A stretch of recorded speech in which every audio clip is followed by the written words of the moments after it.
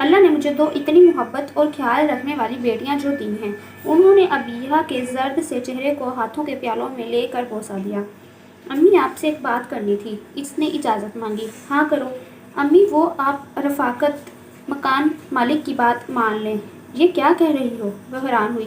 ٹھیک ہی تو کہہ رہی ہوں، ویسے بھی میرے لیے کون سا رشتوں کی لائنیں لگی ہیں جو؟ رشتوں کی لائنیں نہ صحیح، مگر اب اتنے بھی گئے گزرے نہیں کہ ایک 50 سالہ مرد سے بیاہ دوں گی تمہیں۔ شازمہ خفا سی بولی۔ مگر امی، اگر مگر چھوڑو، جاؤ، تھکی ہوئی آئی ہو، کھانا کھاؤ۔ یہ تمہارے سوچنے کا کام نہیں، میں خود ہی سنبھال لوں گی۔ انہوں نے بات ختم کی۔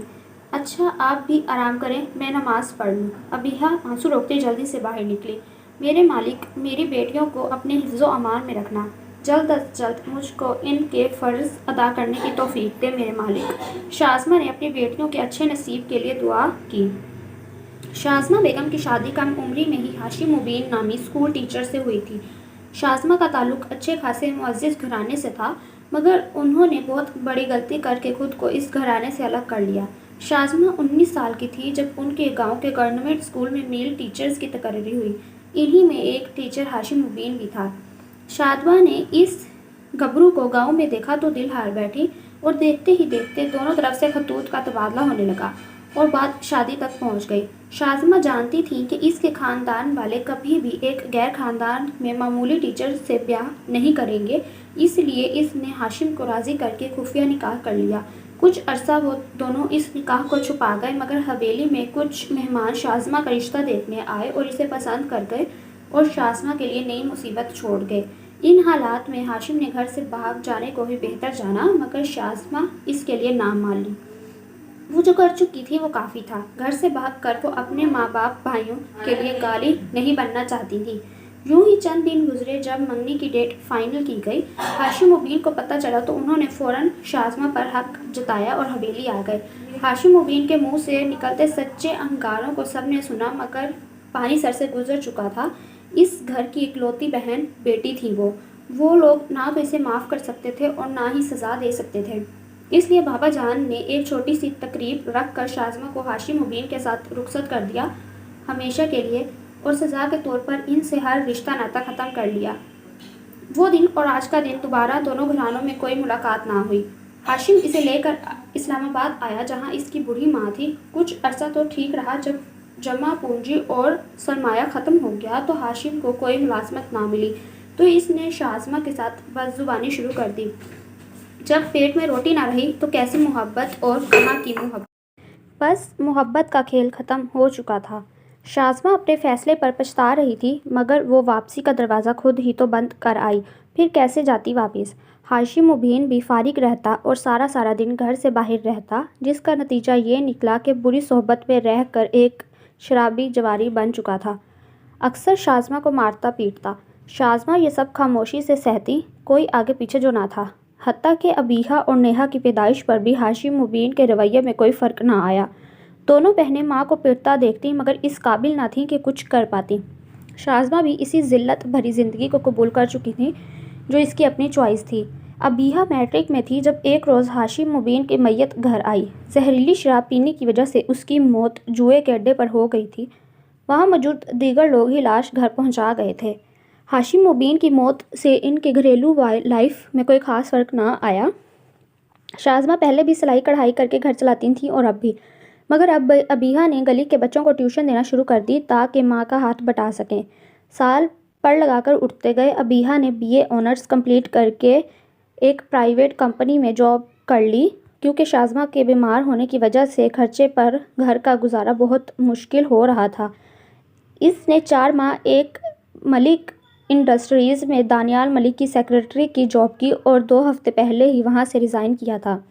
ابیہا اپنے بستر پر لیٹی ماں کے آپریشن اور مکان کے لیے کرائے کے خرچے کو سوچ رہی تھی۔ کیا کروں اب؟ بھیک بھی مانگوں گی تب بھی اتنے پیسے اکٹھے نہیں کر پاؤں گی۔ میرے مالک، ہم غریبوں کے ساتھ ہی ایسا کیوں ہوتا ہے؟ وہ افسردہ ہوئی۔ کیا مجھے دانیال ملک کی بات مان لینی چاہیے تھی؟ کوئی اور بھی تو چارہ نہیں ہے اس کے سوا۔ کون دے گا اتنے پیسے مجھے؟ ہاں، یہی آخری آپشن ہے۔ امی کی ساری زندگی اذیت میں گزری ہے، اب میری باری ہے کہ ان کے لیے کچھ کر سکوں۔ کیا مجھے ایسا کر کے سکون مل سکے گا؟ وہ خود سے سوال کر رہی تھی۔ اب کون سا سکون میں ہو؟ سکون بھلا کس بلا کا نام ہے؟ ہم غریبوں کو کیا پتہ جو ایک ایک ٹکے کے لیے ترستے ہیں۔ وہ مایوس ہوئی۔ تو پھر میں کال کروں اسے؟ وہ کشمکش میں تھی۔ نہیں، میں ایسا نہیں کر سکتی، میں ایسا نہیں کروں گی۔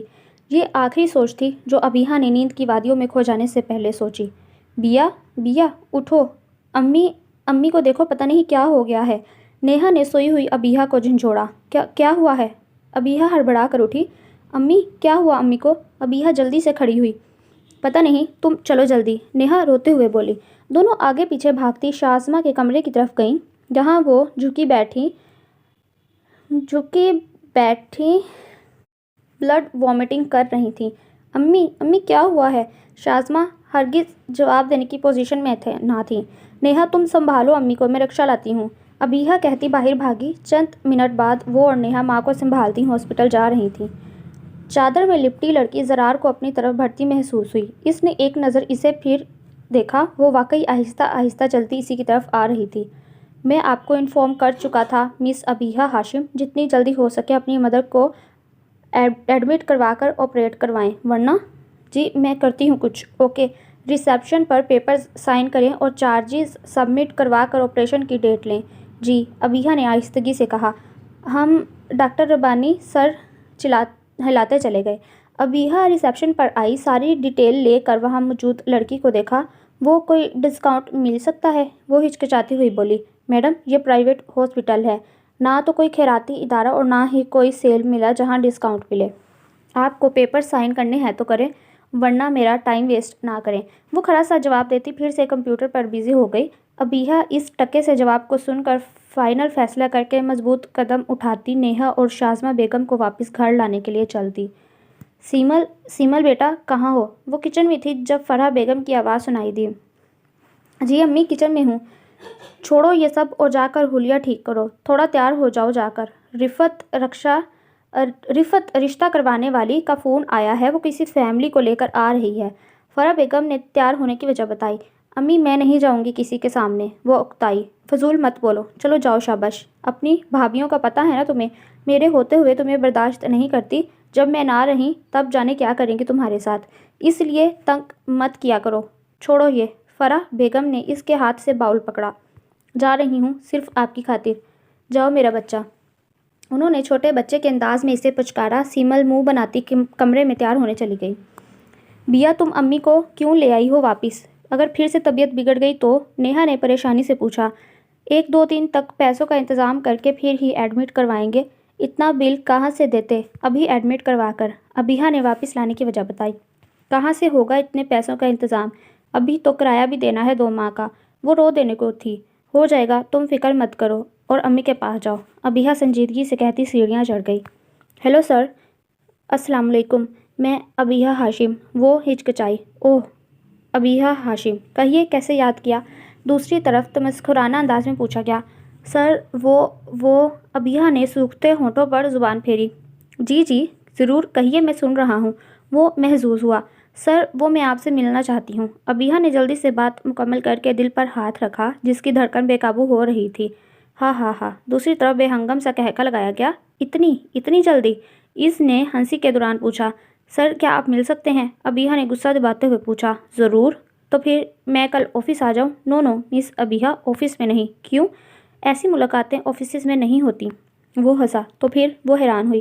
پھر یہ کہ ابیہا دانیال ملک کے منہ سے جگہ کا نام سن کر ساکت رہ گئی۔ ابیہا نے دانیال ملک کے منہ سے جگہ کا نام سنا تو ہچکچائی۔ سر آپ یہ کیا کہہ رہے ہیں؟ ٹھیک کہہ رہا ہوں۔ اگر مجھ سے ملنا چاہتی ہو تو کل شام 7 بجے وہاں آ جانا، ورنہ تمہاری مرضی۔ دانیال ملک نے کہہ کر کھٹاک سے فون کاٹ دیا۔ ابیہا کے پاس اس کی بتائی گئی جگہ پر جانے کے سوا اور کوئی چارہ نہ تھا۔ وہ لڑکی زرار شاہ کے پاس سے ہوتی ہوئی اس کے پچھلے ٹیبل پر چیئر گھسیٹ کر بیٹھ گئی۔ زرار نے گردن موڑ کر پیچھے دیکھا۔ اس لڑکی کو دانیال ملک کی ٹیبل پر بیٹھے دیکھ کر زرار کو بالکل حیرت نہ ہوئی۔ وہ جانتا تھا کہ دانیال ملک کو نت نئی لڑکیوں سے غرض ہوتا ہے، نہ تو ان کی کلاس سے اور نہ ہی حلیوں سے۔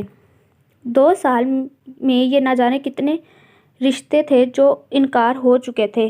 اب تو سیمل نے گنتی کرنا بھی چھوڑ دی تھی۔ وہ ٹیرس پر بیٹھی اپنی بار بار کی ریجیکشن کو چھوڑ رہی تھی۔ پتہ نہیں اور کتنی ذلت سہنی باقی ہے سب گھر والوں کے سامنے۔ کاش کہ میرے ساتھ یہ سب نہ ہوتا جو ہوا۔ کاش میرا چہرہ بھی باقی لڑکیوں کی طرح۔ تم ایک بار میرے سامنے آ جاؤ، میں تمہیں وہ اذیت دوں گی جو میں نے سہی ہے ان 2 سالوں میں۔ میری زندگی برباد کر کے نہ جانے کہاں دفان ہو گئے ہو۔ میری بددعائیں ہرگز تمہیں سکون نہیں لینے دیں گی ذرا شاہ۔ سیمل نے آسمان کی طرف دیکھ کر اس سے ہر بار کی طرح بے سکونی سے بددعا دی۔ السلام علیکم سر، ابیہا نے ڈری ڈری آواز میں کہا۔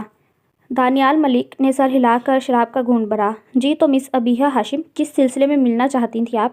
وہ جانتا تھا مگر پھر بھی پوچھا۔ وہ سر، مجھے آپ کی آفر منظور ہے۔ وہ بمشکل بات مکمل کر پائی۔ آفر 2 ہفتے پہلے آپ کو جاب کے دوران دی گئی تھی، جب آپ بہت پاکیزہ بی بی بن کر آفر اور جاب دونوں میرے منہ پر مار کر آئی تھیں۔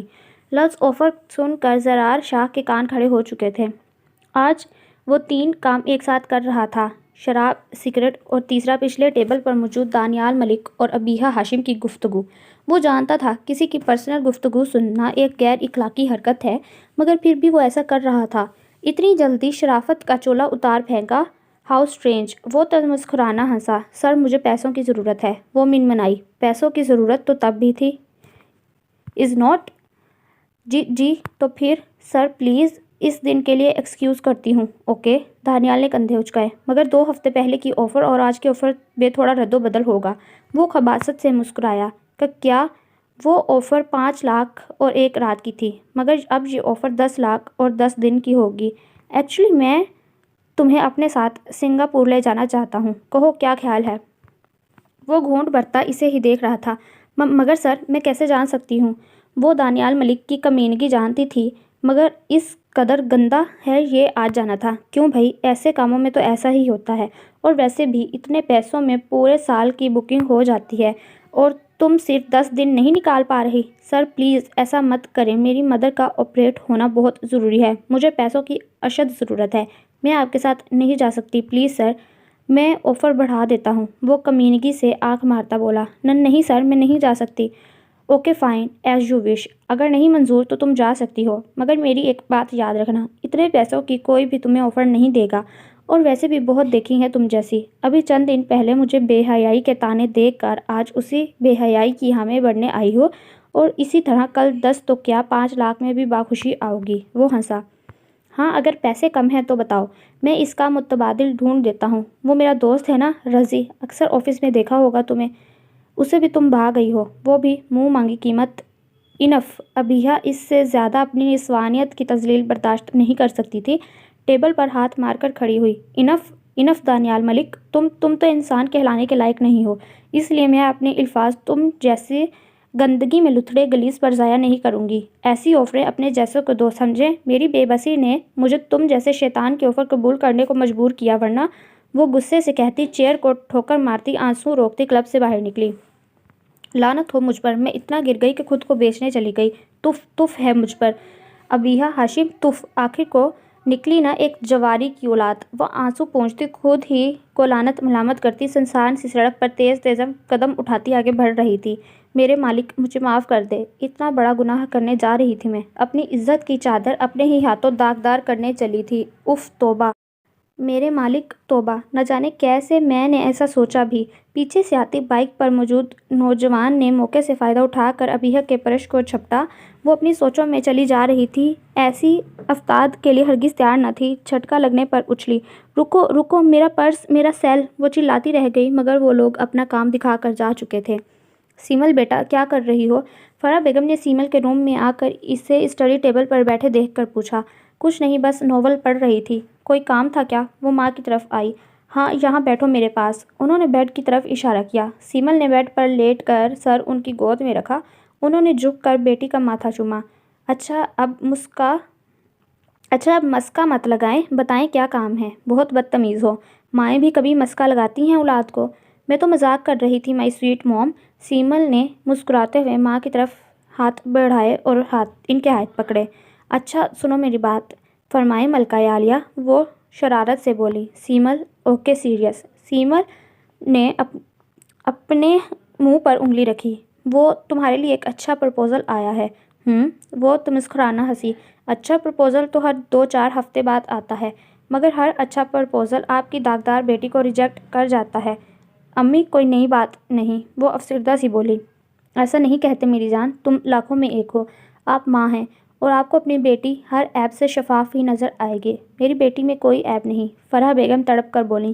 یہ عیب نہیں تو کیا ہے؟ سیمل نے اپنے چہرے کی طرف اشارہ کیا جہاں دائیں جانب کٹ پٹی سے کان کے نیچے تک سیاہ نشان تھے جو اس کے چہرے کی خوبصورتی کو مان کر رہے تھے۔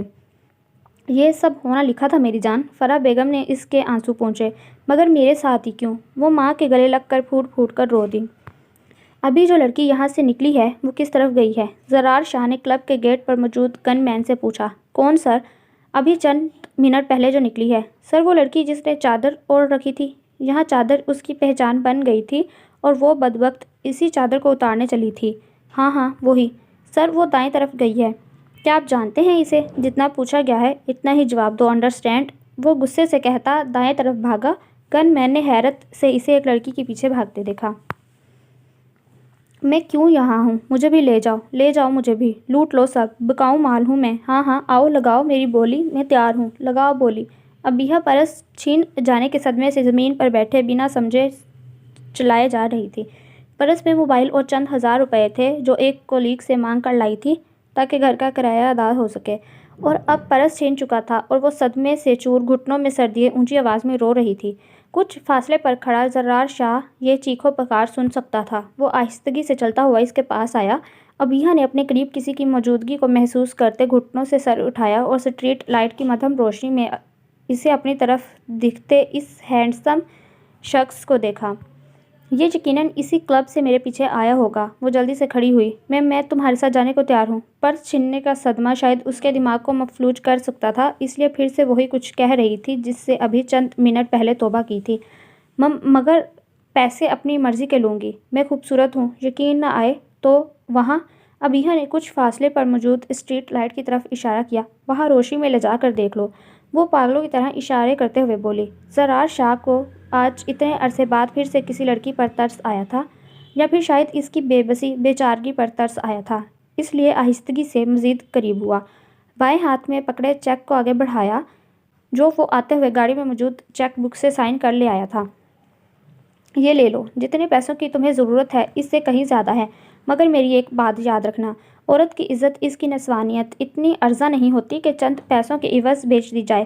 یہ تو بہت نازک ہوتی ہے، جس پر پڑا ہلکا سا چھپٹا بھی اس کی ساری زندگی کو برباد کر دیتا۔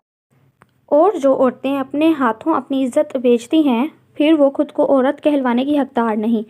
زرار نے اسے اپنی طرف حیرانگی سے دیکھتے پا کر آہستگی سے اس کا ہاتھ پکڑا اور چیک تھما کر واپس مڑ گیا۔ ابیہ منہ کھولے اسے تب تک دیکھتی رہی جب تک وہ نظروں سے اوجھل نہیں ہو گیا۔ سیمل پنجاب یونیورسٹی میں بی ایس کیمسٹری کی اسٹوڈنٹ تھی۔ اس وقت وہ اور اس کی چند کلاس فیلو کیمسٹری لیب میں موجود کیمیکلز کے تجربات کر رہی تھیں۔